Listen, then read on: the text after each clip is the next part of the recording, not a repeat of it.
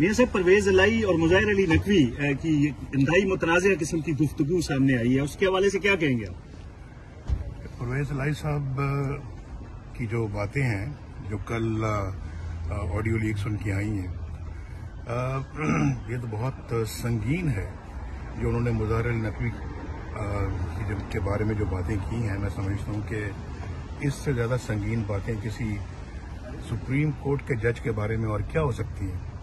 اور میں آپ کو یہ بتانا چاہتا ہوں، پاکستانی قوم نوٹ کر لے میری یہ بات کہ انہی کرداروں کی وجہ سے، مظاہر علی نقوی جیسے کرداروں کی وجہ سے آج پاکستان اس مقام پہ پہنچا ہے. اس میں کوئی شک نہیں ہے کہ ان لوگوں کی وجہ سے آج پاکستان جو ہے نا وہ لڑک رہا ہے، سر کے بل گر رہا ہے اور سنبھلنے کا نام نہیں لیتا. تو میں تو سمجھتا ہوں کہ یہ بہت ہی افسوسناک ہے، بہت سنگین ہے، اور اس کا ہر طریقے سے بھرپور نوٹس لیا جانا چاہیے.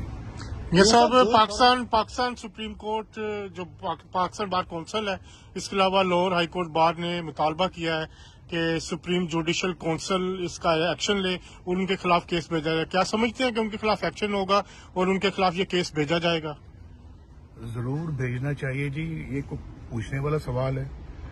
اور جو انہوں نے کیا ہے، اگر یہ بھی نہیں کرنا، یہ سپریم جوڈیشل کونسل میں ان کا کیس نہیں بھیجنا، تو پھر کیا کرنا ہے؟ اگر ان کا نام نہیں بھیجنا تو میرا نام بھیج دیں. یہ بھی میرے تے بات ہوگی. اس کا الزام بھی مجھ پہ دھر دیں آپ. اتنے پہلے آپ نے مجھ پہ الزامات لگائے ہیں، تو ایک نیا بھی الزام اگر لگ جائے گا تو کیا فرق پڑتا ہے؟ آپ نے جعلی کیسز میرے اوپر ڈالے، اور مجھے اس گینگ آف 5 نے، جو پاکستان کی تباہی کا ذمہ دار ہے، یہ گینگ آف 5، اس گینگ آف 5 نے میرے ساتھ یہ سلوک کیا اور ملک کے ساتھ یہ سلوک کیا.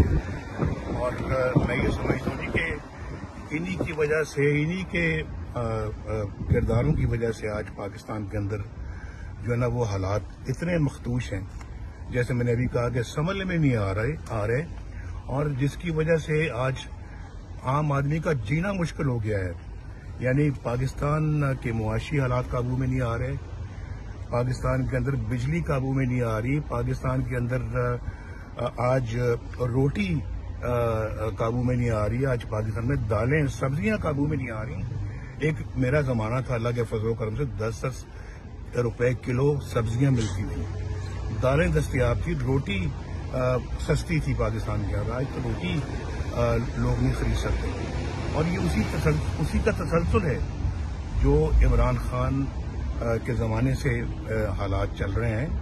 یہ کوئی آج میں سمجھتا ہوں کہ یہ پچھلے دنوں یہ بات کی گئی تھی کہ میرے 4 سالوں کا موازنہ اور مقابلہ عمران خان کے 4 سالوں کے ساتھ کیا جائے، یا اس کے 4 سالوں کا موازنہ میرے ان 4 سالوں کے ساتھ کیا جائے. قوم فیصلہ کرے کس کے حالات، کس کے دور کے حالات اچھے تھے. روٹی کب سستی تھی، گھی کب سستا تھا، چینی کب سستی تھی، سبزیاں کب سستی تھیں، آٹا کب سستا تھا، پیٹرول کب سستا تھا، اور بجلی کب سستی تھی، لوڈ شیڈنگ کا خاتمہ کب ہوا، سڑکیں موٹر ویز کب بنی، پاکستان ایک نیوکلیئر ایٹمی طاقت کب بنا. جواب قوم کو مل جائے گا. تو میرا خیال ہے کہ جواب ڈھونڈنا کوئی مشکل نہیں ہے. اگر آج بھی ہم نے جو ہے نا وہ احتساب نہ کیا ان لوگوں کا جنہوں نے پاکستان کی تباہی میں بھرپور کردار ادا کیا، اللہ نہ کرے کہ پاکستان تباہ ہو، لیکن اس میں کسر کوئی نہیں چھوڑی انہوں نے، تو میں سمجھتا ہوں کہ یہ بہت بڑی ناانصافی ہوگی. میں قوم کو بالکل یہ بات واضح طور پہ کہنا چاہتا ہوں، یہ نچوڑ ہے میری ساری اپنا جو ہے وہ تجربے کا، کہ ایسے کرداروں کو کبھی معاف نہیں کرنا چاہیے. اور جو وہ 5 کردار جو ہیں جنہوں نے پاکستان کو یہاں تک پہنچایا ہے، ان کو بھی معافی نہیں ملنی. میاں صاحب، کیا یہ کوئی میرا ذاتی ایجنڈا نہیں ہے، قومی ہے. قوم کے ساتھ ظلم و زیادتی ہوئی، میرے ساتھ نہیں. اور وہ 5 کردار پوری قوم کے سامنے ہیں.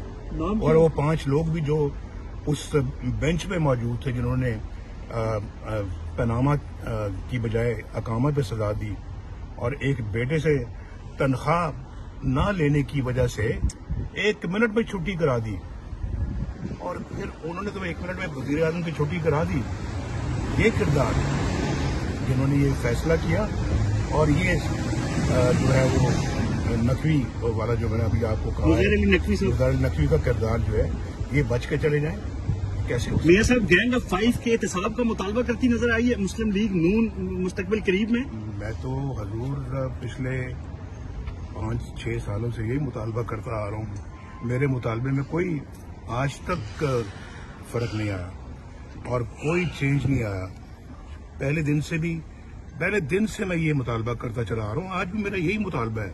میں اپنے اصول پہ ڈٹا ہوں اور میں سمجھتا ہوں کہ جب تک ان اصولوں پہ ہم ڈٹے رہیں گے، پاکستان کی بہتری کے کچھ آثار ہمیں نظر آتے رہیں گے.